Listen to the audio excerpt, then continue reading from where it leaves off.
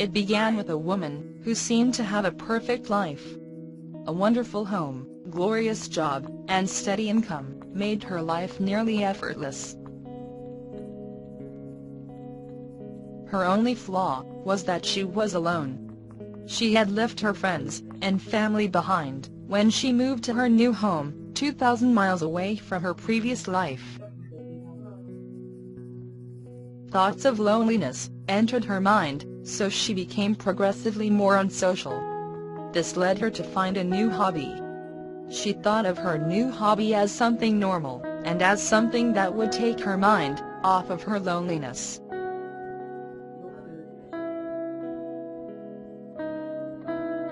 Her favorite part of her new hobby was taking the items home. She would spend many hours arranging and even talking to some of her new items.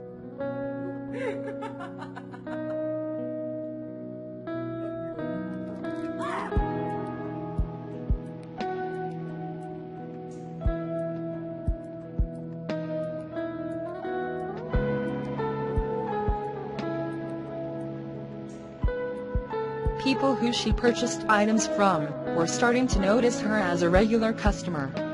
She was even starting to make several businesses go bankrupt from lack of inventory. Some businesses had also shared one similar thought. Was she a hoarder?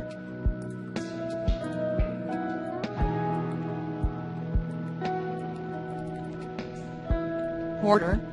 She didn't think she could become one of those people who load up their homes with useless items.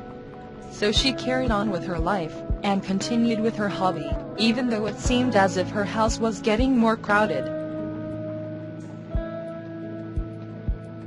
She was in denial. In the back of her mind, she knew she had a problem, but she just didn't want to admit it.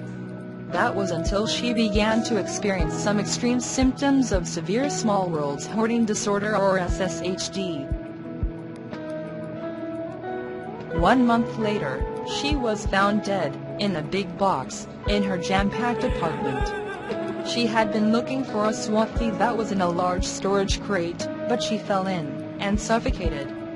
She went to heaven, even though she had put 7 companies out of business. She thought her hoarding would be over. She was about to get a big shock.